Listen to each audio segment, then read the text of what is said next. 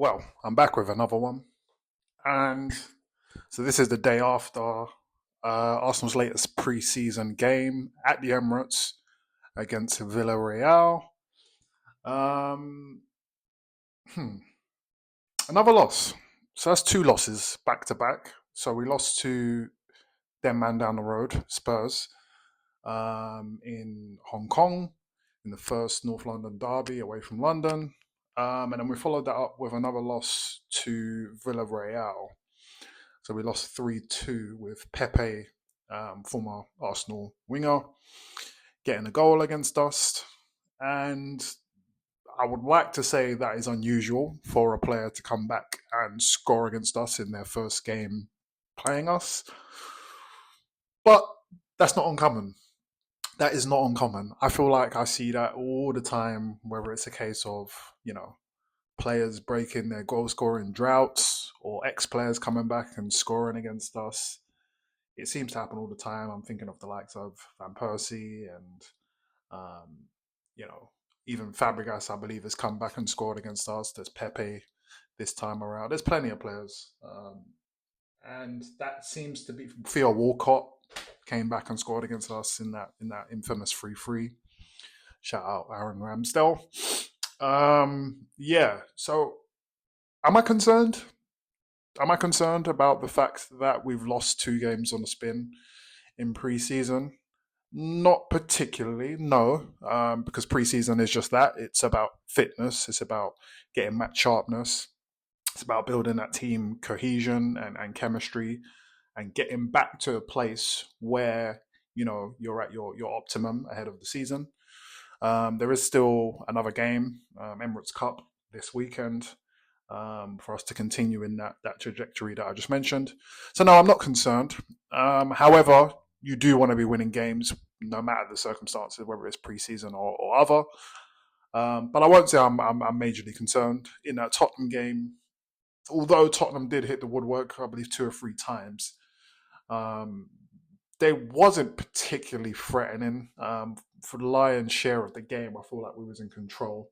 There was maybe a 20-minute spell just before halftime when they got their goal, and then early into the second half where they was probing. I wouldn't say they were threatening, but they were probing. And even the goal they scored was from a bad pass, I would say, from Raya to Miles Lewis Skelly. It should have never gone into that area.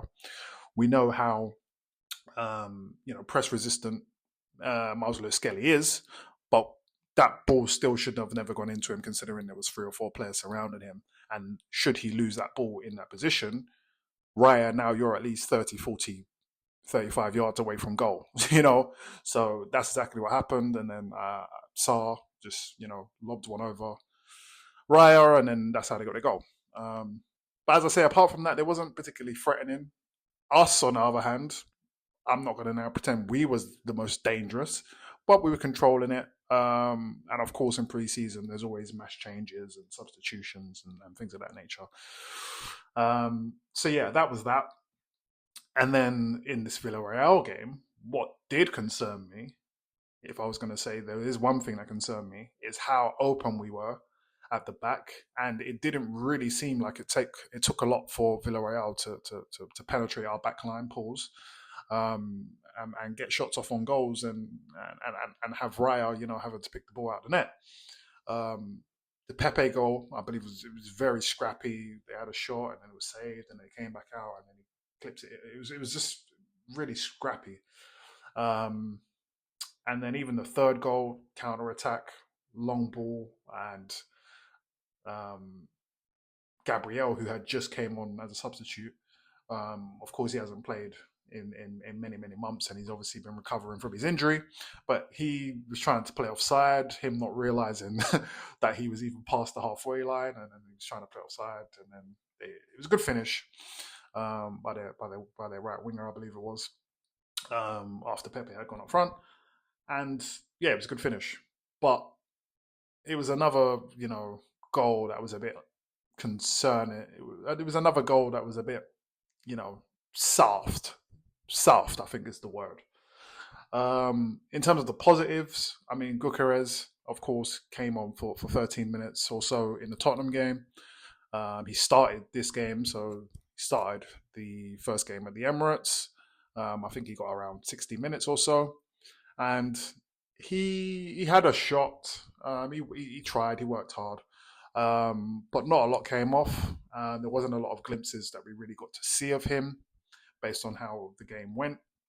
I think also the team needs to get used to him. I did see him trying to make the channel runs and also try and make that run, that very difficult run between the fullback and the centre back, and the ball just wasn't getting played through. So I feel like that's for time and the team to get an understanding of how he plays, the type of runs he's going to make, and then how to be most effective in bringing him into play and creating chances for him. Over time, I believe that will come. Um, I'm not particularly concerned once again with him, given the fact that that's only his second game for us. He played 13 minutes in one game, and then this was his first start. And on top of that, we obviously know what was happening in terms of the transfer saga with him. So he wasn't training, he hasn't been playing games. He's really just come into preseason now in these past two games, and then the little training sessions he's done. So of course he's not going to have sharpness. That's just not how it works. He's been sat down for a long time waiting for this deal to go through. He hasn't been, training with the team, whether it's with Sporting Lisbon, or Arsenal prior to him coming. So it's going to take time. I have no concerns there. I'm sure when he gets that first goal, he's going to start firing and then things are going to get up and running. Man United, beware, 17th of August. I'll just leave that one in there.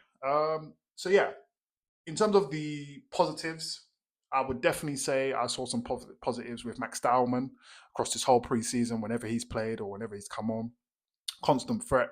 Only 15 years old. The gal, I'll just say the gal, where he just literally just walking past players. He's not even running past players. He's walking past players, and they can't get near him.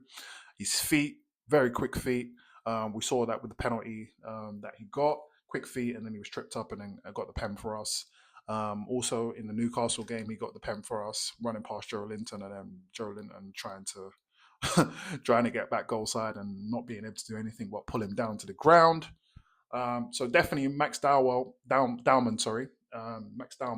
Plenty of positives from the young lad there, and hopefully we see a lot more of him.